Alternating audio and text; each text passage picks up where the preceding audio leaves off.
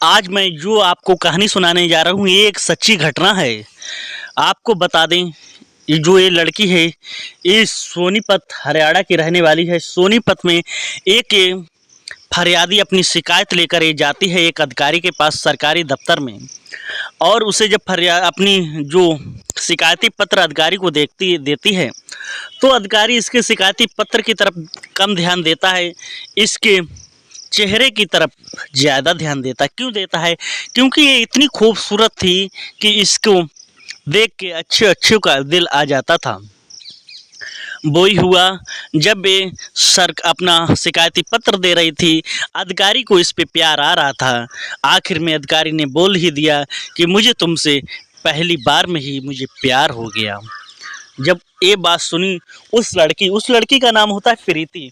प्रीति कहती है ये नामुमकिन है, क्योंकि आप अधिकारी हो, मैं एक नौकरानी हूँ, आपसे मेरा कोई ताल्लुक़ नहीं है। तब वो अधिकारी कहता है नहीं, हम दोनों की ज़िंदगी कट सकती है। लेकिन अधिकारी को क्या मालूम था एक खूबसूरती के पीछे क्या भरा हुआ है इसके पेट में। कुछ दिन बीतने के बाद में जब अधिकारी को उसके बारे में, प्रीति के बारे में, खूबसूरत की लड़की के बारे में पता लगता है कि वो उसका कई लड़कों के साथ अफेयर चल रहा है, कितनों के साथ उसकी सेटिंग चल रही है, उसके बाद में जब अधिकारी ने उससे अपना पीछा छुड़ाना चाहा तब उसे पीछा छुड़ाना बहुत महंगा पड़ा। तब क्या कहती है वो जो प्रीति लड़की है, कहती है अधिकारी कहते हैं कि तुम अपनी रास्ता देखो, मैं अपनी रास्ता देखता हूँ। लड़की कहती है मैं ऐसे पीछा नहीं छुड़ाऊंगा, क्योंकि जब वो लड़की और अधिकारी ने शारीरिक संबंध बनाए थे तो उस लड़की ने उस कमरे में, रूम में पहले ही से कैमरा फिट कर रखा था, जिससे उसकी वीडियो रिकॉर्ड हो गई थी। जब वीडियो रिकॉर्ड हो गई थी तो वो ब्लैकमेल करने लगी। उसने एक मोटी रकम मांगी। उससे बात हुई थी अधिकारी से कि मुझे 30 लाख रुपए चाहिए, मगर अधिकारी के ये बात सुनकर होश उड़ गए। 30 लाख नहीं, 20 लाख में बात फाइनल हो गई। उस लड़की ने उस अधिकारी से 20 लाख रुपए हथिया लिए। जब 20 लाख रुपए हथिया लिए, अब उसके मन में लालच आ गया। आए दिन वो नए नए अधिकारियों को फंसाती थी और शादियां करती थी, शादी करती थी। परिवार का लोग कोई नहीं आता था, सिर्फ पिक्चरों जैसी, फिल्मों जैसी शादियां होती थी। 2 मिनट में मांग में सिंदूर भरा, बस शादी हो गई, आशीर्वाद दिया, जयमाला हो पड़ गई। ऐसे शादियां होती थीं। उसके बाद में आपको आज मैं जो सच्ची घटना इसी लड़की की घटना है, जो नौकरानी बनकर 200 करोड़ की संपत्ति हथियाने के चक्कर में पहुंचती है।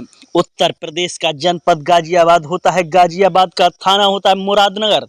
मुरादनगर में एक सेठ जी होते हैं, जिनके अनेकों कॉलेज होते हैं, अनेकों कॉम्प्लेक्स होते हैं, कॉलेज होते हैं, लगभग 200 करोड़ की संपत्ति होती है। उनके 2 लड़के होते हैं, एक बड़ी लड़की होती है। बड़ी लड़की की शादी हो जाती है और जो बड़ा लड़का होता है उसकी कुछ समय बाद एक हादसे में मौत हो गई। जब हादसे में मौत हो गई, सेठ जी उसकी मौत को भूल नहीं पाए थे, बीमार रहने लगे। बीमार होने के बाद में उनकी भी मृत्यु हो गई। अब वहाँ की जो मालकिन थी जो बहुत सदमे में आ गई और वो भी बीमार रहने लगी। उनका जो छोटा बेटा था वो मानसिक रूप से विकलांग भी था, मन बुद्धि का था। इस बात से वो टेंशन में पड़ने लगी।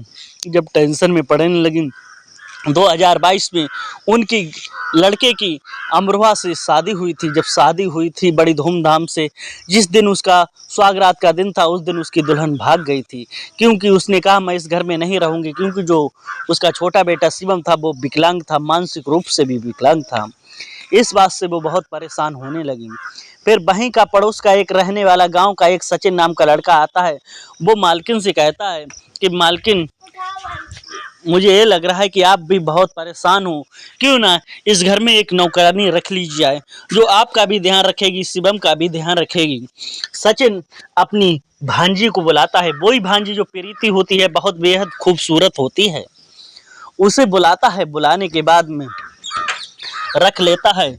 उसकी जो प्रीति होती है, बहन भांजी होती है, वो मालकिन की बहुत देखभाल करती है। देखभाल करने के बाद में फिर क्या होता है, एक दिन मालकिन की भी तबीयत खराब होने लगी। तभी जब मालकिन को मतलब अपने उसने बस में कर लिया, हर चीज़ का ध्यान रखती थी, दवा की, खाने की, पीने की, सब कुछ ध्यान रखती थी। उसके बाद में जब मालकिन को उसने बस में कर लिया, जब मालिक बीमार थीं और अपने अस्पताल में एडमिट थीं, जब अस्पताल में एडमिट थीं, तभी वो प्रीति नौकरानी कहती है, हे मालकिन, अगर आपको इतराज़ ना हो मैं शिवम से शादी कर लूँ। मालकिन कहती हैं, उनके चेहरे खिल गए कि ऐसा कि मुझे विकलांग है, मानसिक रूप से है शिवम, मुझे उससे कोई फ़र्क नहीं है, मैं उसे अपना पति मानूंगी। हॉस्पिटल में ही तुरंत फूल मालाओं का इंतजाम किया जाता है, तुरंत शिवम की शादी हो जाती, मगर शिवम को नहीं पता कि मेरी शादी हो चुकी, क्योंकि वो मन बुद्धि का था।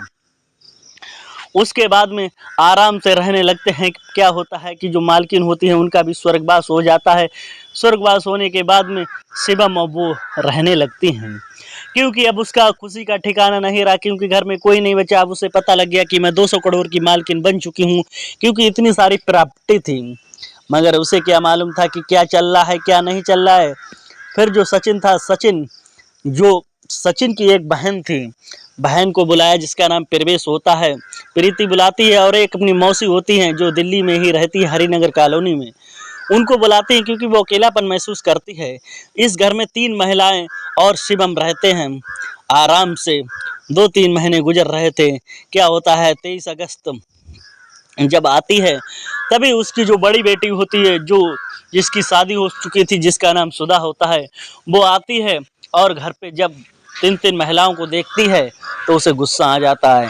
तभी वो कहती है कि अब मेरी माँ नहीं रही, अब तुम इस घर से निकल जाओ। तभी प्रीति को गुस्सा आता है। प्रीति कहती है, मैं कैसे निकल जाऊं, मैंने तो आपके भाई से आपकी माँ के सामने शादी की थी। तब वो बोली, ये क्योंकि उसे पहले ही लगता था कि ये दाल में कुछ ना कुछ एक काला है। जब उसने कहा कि मैंने ये शादी कर ली है, तुरंत वो 112 पे कॉल करती है, पुलिस को समझाती है। पुलिस और उसे डांटती है कि जायज़ हत्याना चाह रहा है, मगर फिर भी भाई वो नहीं मानती है। फिर क्या होता है, वो सुधा होती है, सुधा दिल्ली के कमिश्नर के पास जाती है। कमिश्नर को वो सारे प्रॉपर्टी के वसीयत के कागज दिखाती है। कहती है, जब मेरी माँ मरने के टाइम से उससे पहले ही सारी वसीयत मेरे नाम प्रॉपर्टी करवा चुकी थी। क्यों करवा चुकी थी? क्योंकि जब उसके भाई की पहली शादी हुई थी, जो दिव्यांग था, जो अमरोहा की शादी हुई थी, जब उसकी बीवी थी, पत्नी थी, वो भाग गई थी, तो उसे लग रहा था कि कहीं ऐसा न हो ये प्रीति से जो शादी हो रही है ये भी ना भाग जाए। दौलत से प्यार करती है, उससे नहीं, क्योंकि वो मानसिक रूप से विकलांग है, सही नहीं है, इसलिए मुझे लगता है दौलत से प्यार करती है। इसलिए उसने सारी जायदाद 200 करोड़ की संपत्ति अपनी लड़की सुधा के नाम वसीयत पहले से ही उसकी माँ कर चुकी थी। जब सारा कागज जब कमिश्नर को दिखाए गए, मौके पर फोर्स पहुंचती है, उससे सख्ती से पूछताछ करती है। सचिन जो उसका मामा लगता था, भांजी का, सचिन को भी गिरफ्तार किया जाता है। तो मौके पर उस सूचना की जो खोली गई थी पोल में पता लगता है कि वो जो भांजी थी उसकी प्रीति बहुत ही खूबसूरत थी। वो 6 लोगों को से शादी कर चुकी थी, और उसने एक अधिकारी से भी 20 लाख रुपए चूना लगा के हत्या लिए थी। मौके पर दोनों के खिलाफ कड़ी से कड़ी कार्रवाई की जा रही है। मेरा इस घटनाक्रम को सुनाने का उद्देश्य किसी को परेशान करना नहीं, किसी को दिल दुखाना नहीं। जहां भी रहो सतर्क रहो, क्राइम से बचो। जय हिंद, वंदे मातरम।